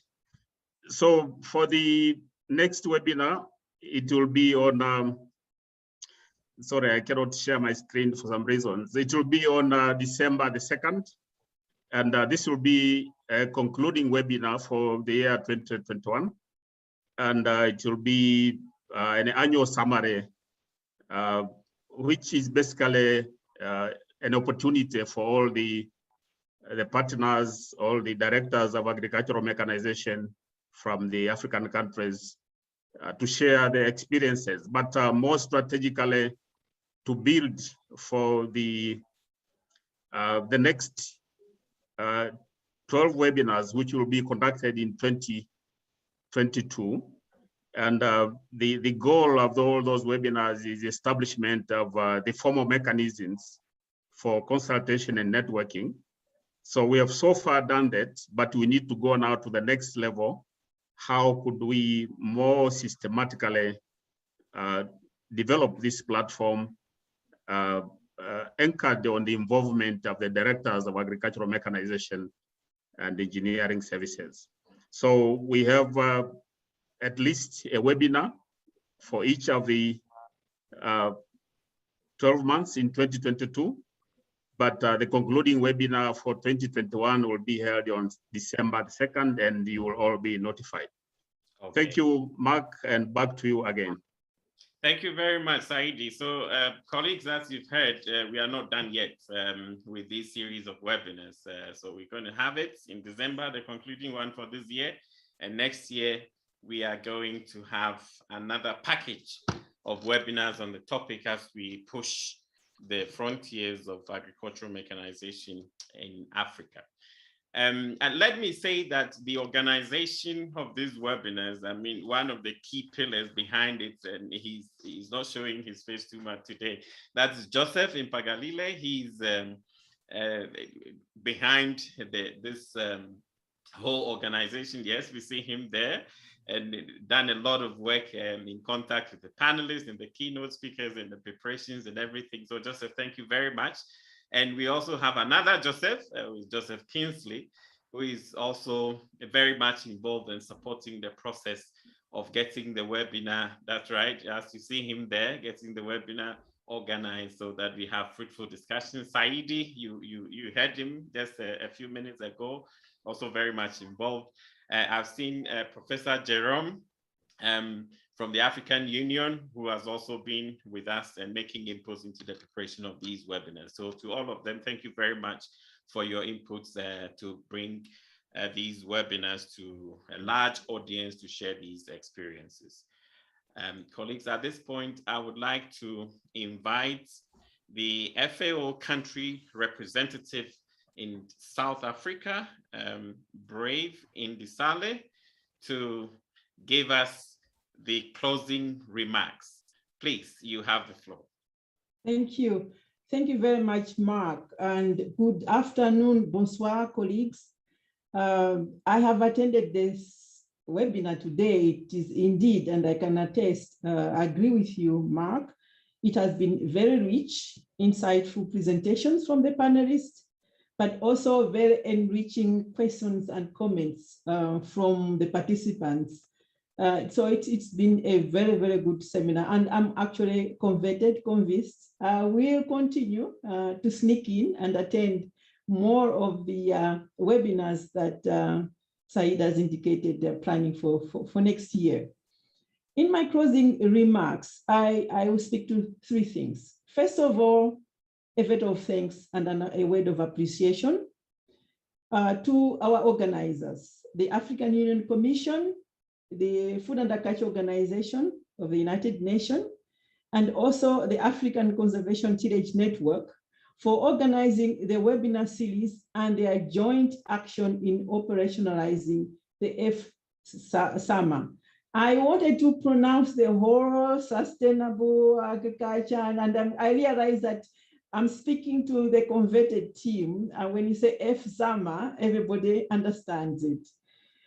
Secondly, I also would like to give a word of appreciation, really a deep one, to our key presenters, Ms. Miriam Heitman of GIZ and Caroline Mutefa of AUDA, NEPAD, the AU Development Agency, and also our panelists, Engineer Madrine Naziwa of the Ministry of Agriculture in Uganda, Engineer Samuel Kwame of Cote d'Ivoire, and Dr. Yamuna Gare, member of the National Agricultural Research Council in Nepal. Your presentations have been, and your discussions have been so insightful. Thank you very much.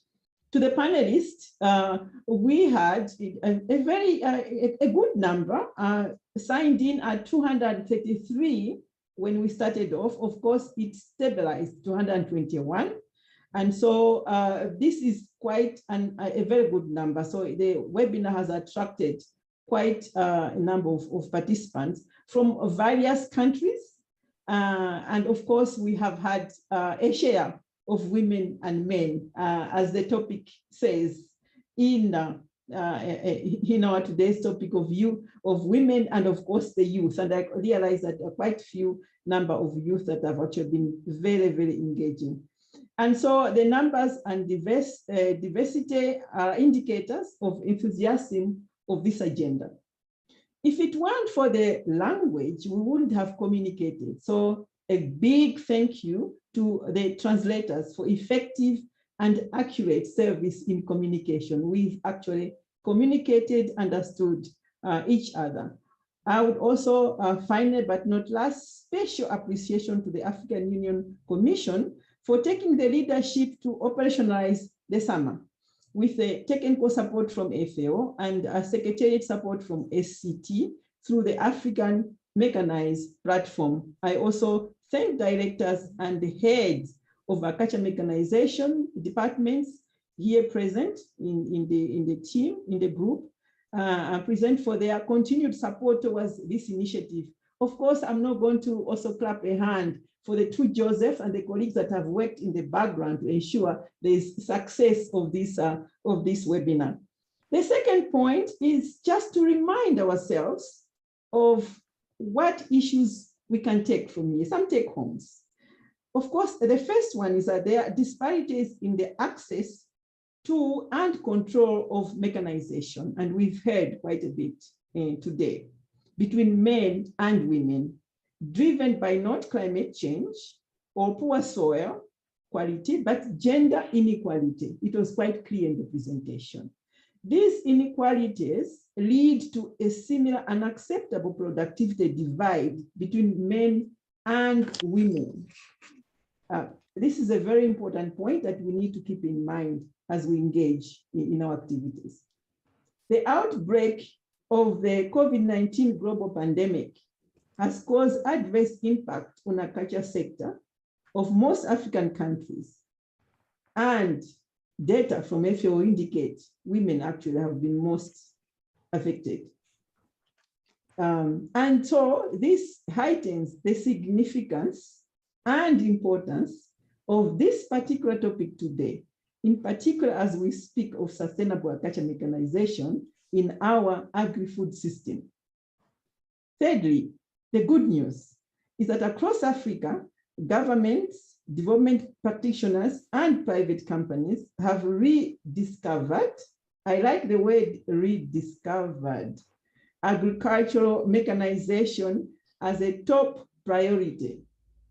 This is illustrated by the ongoing efforts and commitment in many African countries to make mechanization one of the key pillars supporting agri-food system transformation. Lastly, under the leadership of African Union and technical support of FAO, Africa Mechanized is the FSAMA knowledge and information sharing and network platform, catalyzing a comprehensive analysis of past sustainable agriculture mechanization experiences, making conclusions available to all countries in Africa to inform the development of concrete guidelines for a more positive approach to mechanization. My last issue is call to action. Please join the Africa Mechanized platform, which is the webinar like today, websites, newsletters, magazines, journal, social media, M&Es. Be part and share your experiences, just as you have done today. Ask what is constraining your work. Link to practitioners and experts on sustainable agriculture mechanization in Africa, in the continent. We will go far together. Secondly, I call upon practitioners and experts to be part of this effort by preparing discussion papers. And as reviewers, as discussants, media and social media, including our popular social media tweeters. Lastly, the webinars are meant to address real challenges to operationalize the summer. Your feedback on what are the salient questions like you've done today that must be addressed for these elements-based webinars to be relevant to you would be highly appreciated. This actually has been constated by the number of discussion in the chat. I've been reading and following in the chat. Excellent, excellent discussions and questions. So in closing, with these few remarks, I can comfortably say, I declare the webinar 7th closed. Thank you very much. Thank you very much, Madame Brevin-Disale, for closing our webinar for us, and with the call to action also to all of us. And ladies and gentlemen, please check the Africa Mechanized website. You will continue to find all the presentations and other materials accordingly. I saw a couple of questions on that. And with that, I also want to thank all of you for participating, and I wish you the best of the rest of the day or evening, wherever you may be. Thank you very much. Thank you. Okay, thank you, Thank everyone. you. Thank you so Bye. much. Bye. Bye. Thank you so much. Thank you. Yeah, we Bye. appreciate Thank you. it. Yeah. And thank you, Mark, for your great facilitation as usual. Thank you. Hey, Well done. Well done. Thank you. Thank you. done. Thanks.